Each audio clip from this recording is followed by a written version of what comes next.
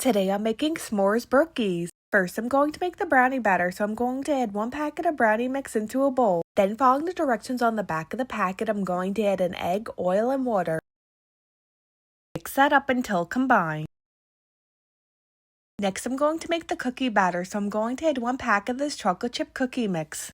Then, following the directions on the back of the packet, I'm going to add butter and water. Mix that up until the cookie dough forms.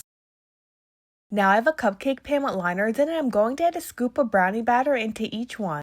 Next, I'm going to add a s'mores Oreo on top of the brownie batter.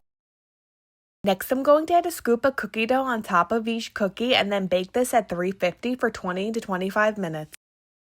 While the brookies are baking, I'm going to make the frosting, so in a bowl I have 1 stick of softened butter. Next, I'm adding 2 tablespoons of cocoa powder, then 1½ cups of powdered sugar. Next, add a half a cup of marshmallow fluff. Then just mix that up until everything is combined.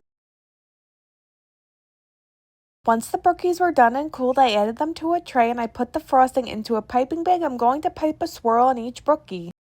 Here's an up close look of the s'mores brookies.